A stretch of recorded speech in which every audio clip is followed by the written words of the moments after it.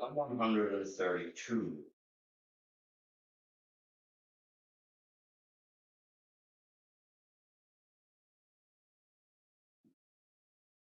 I want to focus our thoughts around verse 15 and the second half of the verse, actually, but we'll read the whole verse. Psalm 132 at verse 15. I will abundantly bless her provision. I will satisfy her poor with bread. I will satisfy her poor with bread. Now, this psalm, like so many others, performs several different functions at the same time. It's obviously a psalm of praise to God. His goodness and His grace is magnified and highlighted for us in all manner of different ways again and again. And it's also a psalm that is designed to encourage the Lord's people. And we'll come back to that whole matter of encouragement in a moment.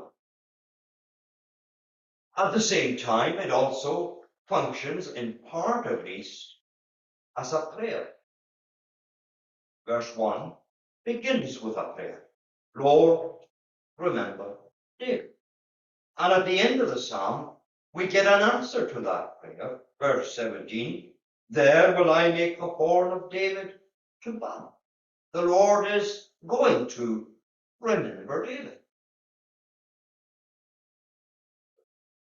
Now, David himself is mentioned again and again. And the psalm contains references, and we saw that. I made some comment on it when we were reading it in order to sing. It contains references to events in David's life. Now, the focus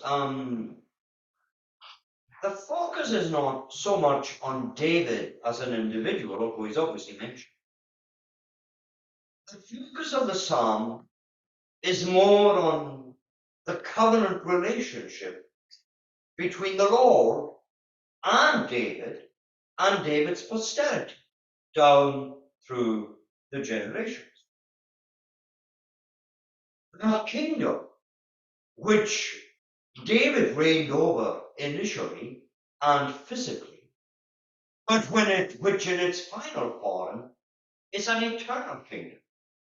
Verse 11. The Lord hath sworn in truth to David, he will not turn from it. Of the fruit of thy body will I set upon thy throne. And they will sit, verse 12, on it forevermore. Now, obviously, that doesn't refer to the throne of David in Jerusalem and to the kingdom of Israel. That lasted for a time, not terribly long, actually. And then it was taken away. Although it now restored again, the house of David has no official position in it whatsoever. It's looking ultimately to Christ, in whom the promises of David find their complete and final fulfillment. Verse 17. There will I make the horn of David to bud. I have ordained a lamb for mine anointed. Well, who is to say but that of hope is Christ? He is his anointed. His enemies will I clothe with shame, but upon himself shall his crown flourish. Well, nobody will fulfill that as Christ does and shall continue to fulfill it. So it's touching on events in David's life, but it's printing on a much larger canvas, and its focus is far beyond the events of certain physical, literal events in Palestine. Its horizon, if I can put it like that, is far greater. That raises the question, I suppose, did David write it? Commentators are divided. The majority, I think, are of the opinion that it was written by Solomon at the time of the building of the temple and that, like other psalms, it was specifically designed with the building of the temple and the worship of God there in mind. That leads me to notice that one of the historical events referred to is David's concern to provide a house for the Lord. In the first instance, to provide a place for the Ark of the Covenant, and ultimately in the building of the temple. And that's what verses 4 and 5 are about, and I touched on that when we were reading it at the beginning of the service. And you remember how that went. In our studies in 2 Samuel, on Sabbath evenings, we saw a few months ago now the events of 2 Samuel 7 and the bringing back of the ark. And there's a dark side and a happy side to that as well. From all of that, the Lord speaks. The Lord speaks. The voice of God is heard in this psalm.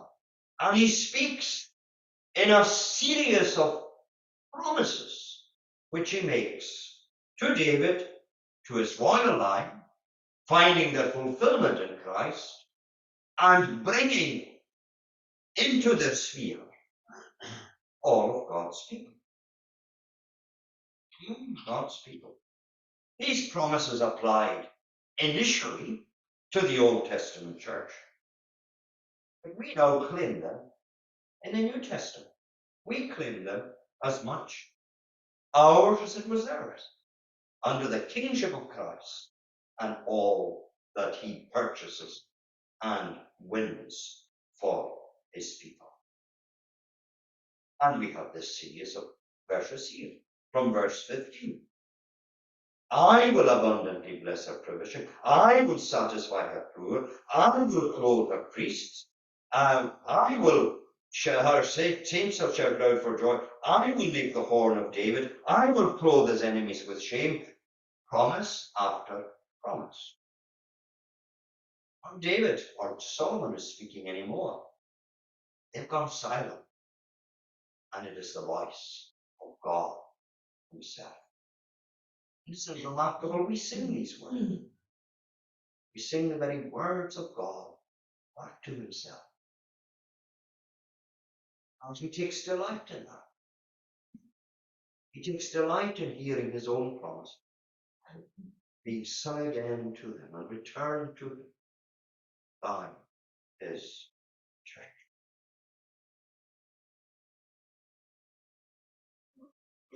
And will abundantly bless her provision, it says at the beginning of verse 15. Now, that's a sermon, etc. Our provisions, it ranges from the physical to the spiritual. He makes all these provisions. But particularly thinking tonight of the provisions of the gospel. And one of these provisions are the sacraments of the New Testament church, and you know that one of them is the Lord's Supper, which was observed here. And he says, I will bless that provision. I have given the provision, and I will bless it. And in fact, he says, I will bless it abundantly. And I was pondering on that just this afternoon. And I was thinking, he has. How many times since, let's limit ourselves to the Lord's Supper. Since the Lord's Supper was instituted in the upper room 2,000 years ago, how many times has it been observed since then? Well, millions of times. And how many times has the Lord blessed that provision in the life and experience of his people? Millions of times, probably. He has abundantly blessed that provision. And it is our prayer. And it's already been prayed here. A prayer that he would continue to bless that provision. And that he would follow it with blessing in our lives. But that brings me to the end of the verse. I will satisfy the poor in wisdom. Very quickly, I'm going to highlight three things that we have here. First of all, we have a familiar description. Then we have a familiar provision. And finally, we have a familiar conclusion. Familiar description, provision, and conclusion. Well, what is the familiar description that we have here? Well, it's one word, it's poor. I will satisfy her poor with bread. How often, as we think of the church of God, in this word poor comes up again and again. And you notice it's her poor that he is going to satisfy with bread. In a sense, he satisfies the poor across the world with bread. The Lord, in his kindness and in his grace, provides for people across the world. But we are being reminded here that he has a special and peculiar interest in her poor, the poor of his kingdom, the poor who belong to the kingdom of Christ. In those poor, he has particular interest, and towards these poor, he extends particular care. He has a special interest in them, and he makes special provision for the poor. Now, how are they poor? Well, I'll mention just three things. All, like the rest of mankind, they are spiritually poor. We are destitute in Adam. We were left with nothing. You think of the transaction between Adam and Eve and Satan in the garden. You know, sometimes you have transactions with people and you don't come out well of it. So they emerged from that transaction having lost it. They're destitute. But unlike the rest of humanity, they have come to realize their destitution. And have applied to one who has a social offer. They are spiritually poor. They are also poor in spirit. Matthew chapter 5. They are sensible, although they have received all things in Christ, although they are no longer poor in that sense. They are sensible, are they not, of their spiritual poverty, of the poverty of their faith, of their love, of all of the graces. They are poor in spirit. They are not a people who boast about what they are and what they have, and proclaim from the rooftops that they are the first and the most and the foremost of humanity. Well, they are the very opposite, sure. Blessed are the poor in spirit. And the poor in spirit at times feel they have nothing, and they worry and they wonder. And he speaks to them, specifically to them. He doesn't say anything to the rich here. But he says, my friend, if you are poor in spirit, if this is new, perhaps downcast and troubled and concerned at yourself and your lack of spiritual progress and all the rest of it, he says, I have something specifically to say to you on Wednesday. I am satisfied. They have conscience, they have no claim to it themselves, and these are the very ones that he promises to provide. They're spiritually poor, like the rest of humanity. They are poor in spirit. Often they are poor in pocket.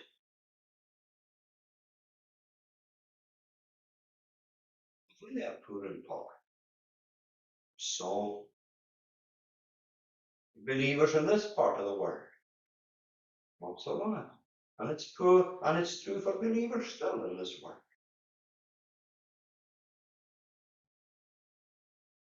Now, we don't believe in the nonsense of the prosperity gospel that says, come to the Lord and everything will suddenly fall into place and your bank account will multiply 100-fold.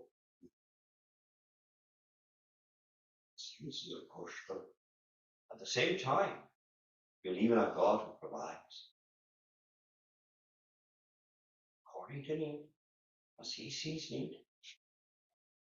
And that leads me very neatly to the second issue. We have the familiar description. It's for the poor. He has an interest in them, a concern for them. He singles them out. He mentions them when everybody else would have overlooked them and ignored them and perhaps been embarrassed to be associated with them and crossed the street to avoid them. He's doing the very opposite. A familiar description and a familiar provision. What's he going to do for the poor? He's going to satisfy the poor with bread. Bread. As I mentioned a moment ago, this is literally true again and again. He provides for their needs. He's able to do so in the most remarkable way. I think I told you before about the woman, the widow woman who had no food for her family. I'm trying to remember the story today, and if I remember it right, that scripture spoke to her that says, "The cattle on 1,000 hills are mine." What's the use of that? No wonder they're mine. Anyway, she took it as a word from the Lord, wondering as to what it meant and what reference it had to have. You remember the story, I'm not going to linger on it. There's a knock on the door, I think early in the morning. There's a man standing there, a complete stranger. He was one of the drovers who used to drive the cattle down through the highlands to the great markets of the south, driving hundreds, sometimes thousands of cows. One of the cows has stumbled. She had to stumble right there. Didn't stumble 100 miles up the road or 20 miles to the south. She stumbles there. She breaks her leg. Well, they said, "We can't take her. It's no use to us." Sure you want her? Cattle on 1,000 hills are mine. And take one up. You go. Get satisfied.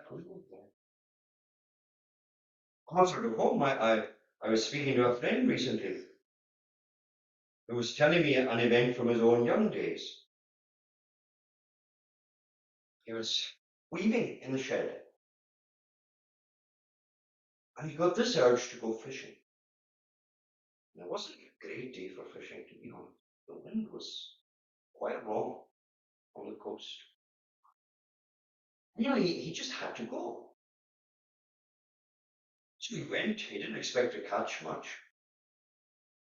Didn't catch a lorry load full, but he caught 2 or 3 nice fish.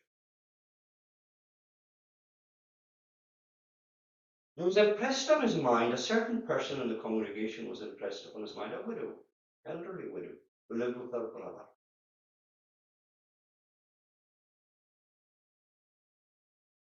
Again, I won't go through the whole story, but he did tell me, he said, "I was heading for her house and I nearly turned back. I nearly turned, he thought, this is ridiculous. What's this woman going to think?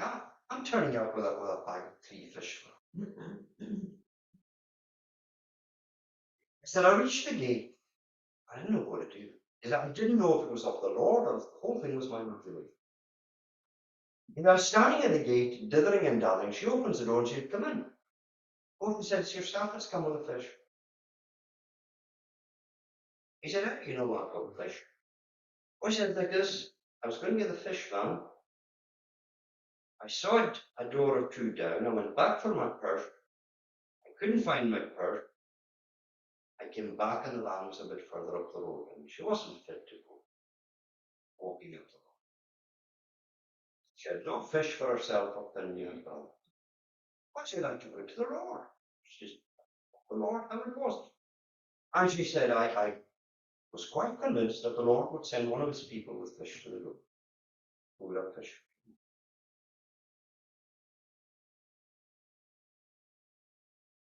It's not a story I read now. The present home, straight.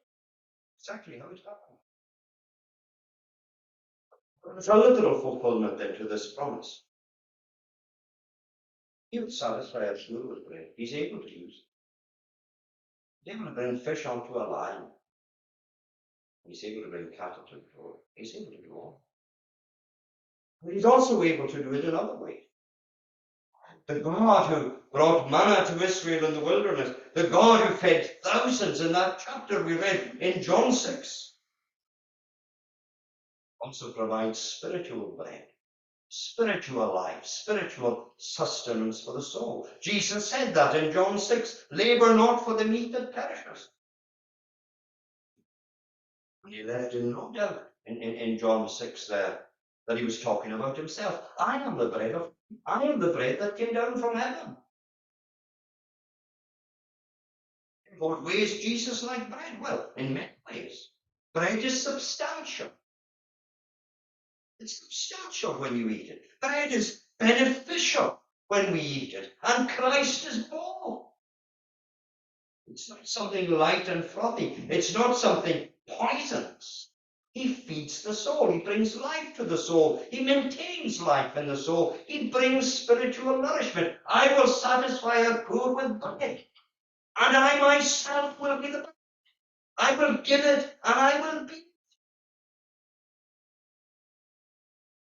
So it's astonishing, isn't it? Christ is the bread of life. He satisfies, he nourishes his people. He nourishes them through his word. He nourishes them by his spirit. And he nourishes them in the sacrament. One of the Puritans speaks of a wooden loaf. And he said you can carve a piece of wood and make it look like a loaf. And it can look very realistic. Or he said you can draw a painting of a loaf.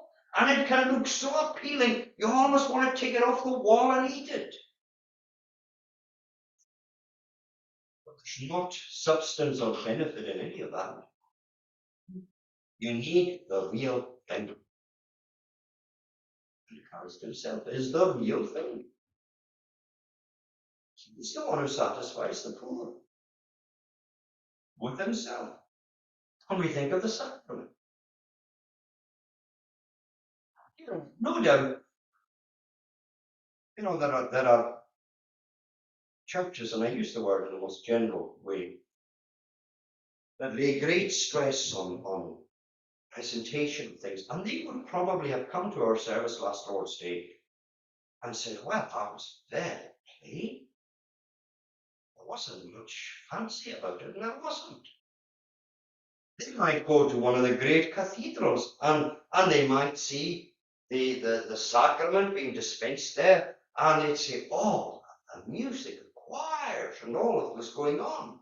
Or the smell of the incense as it burned, or the liturgy was just marvelous.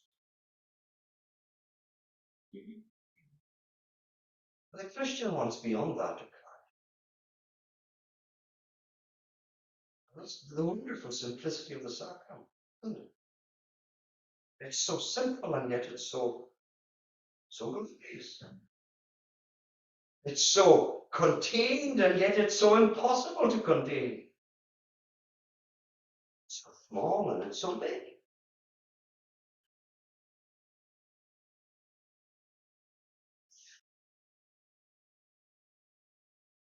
You're looking to Christ, he says. That's where you are.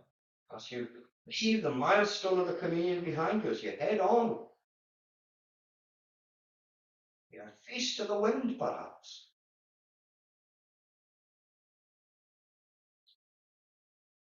He says, I will satisfy the poor with bread. I myself will be the satisfaction. I came across this by Richard Mayhew recently. He's a 17th century writer. He said very well. The world, he said, is round, but the human heart is a triangle. And all the globe of the world can't fill the triangle. You try filling a triangle with a circle. You can't. There's always going to be that bit at the top and down at the two bottom corners that are just not going to fit it. It kind of fills it, but it doesn't fill it right.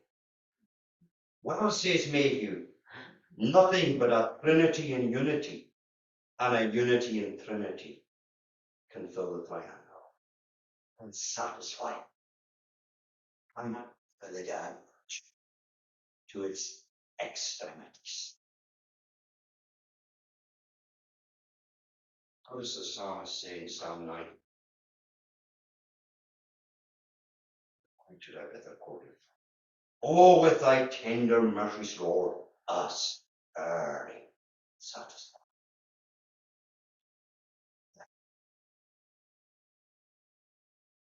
Now, bread needs preparation. Bread needs preparation. It's not just plucked from the field and straight onto the plate. It has to be crushed and ground. It has to be fired and brought into proximity with great heat.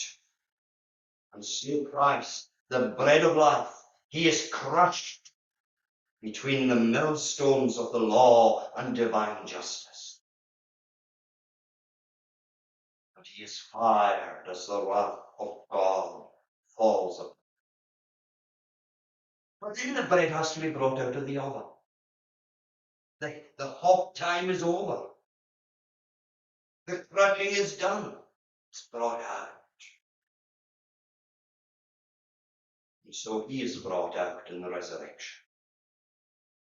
There was the bread.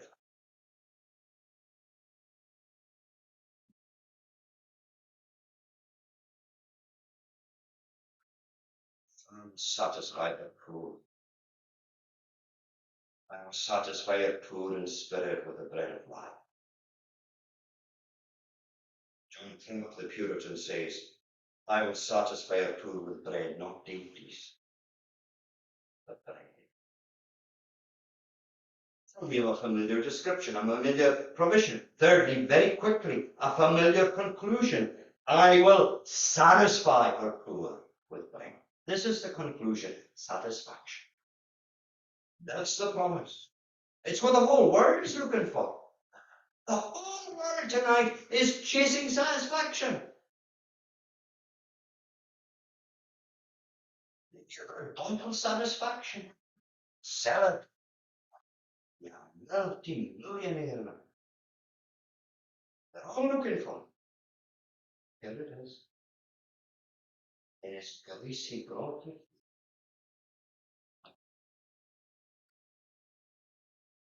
Satisfaction. What do I mean? Well, the conscience is relieved, is it not? And satisfied. The understanding is satisfied. The heart is satisfied. And the end is satisfaction. With thy likeness when I rise, Psalm 17. I satisfied shall be. I satisfied shall be. And he will satisfy every faculty. And he will do so eternally. In the marriage supper of the Lamb, these words find that final fulfillment. But in the meantime, we have here in this word the sacrament of the Lord's Supper. And it is one means of satisfaction. Upon my heart bestowed by thee, more gladness I did find than they. Even then, when corn and wine, most with them abound. I will satisfy her poor with bread. One last cross reference. Matthew 7, verse 7. Isn't it? Ask and it shall be given you. Seek and you shall find. Knock and it shall be opened unto you. Verse 9 then. Or what man is there of you, whom, if his son ask bread, will he give him a stone? If you ask him for bread, he won't give you a stone. He will satisfy the poor with bread. Lord, bless this word of us with united prayer. Eternal Lord, we give thanks that there is satisfaction, and that it has come at great price, but that it comes freely to us. I will satisfy her poor with bread. Number us among the poor. Number amongst us amongst the polite. Number us among the satisfied. And if we are, we have all that we need. Hear our prayers, receive our worship, cleanse us and guard us and go before us, for the Redeemer's sake. Amen. Well, we shall sing the remaining verses.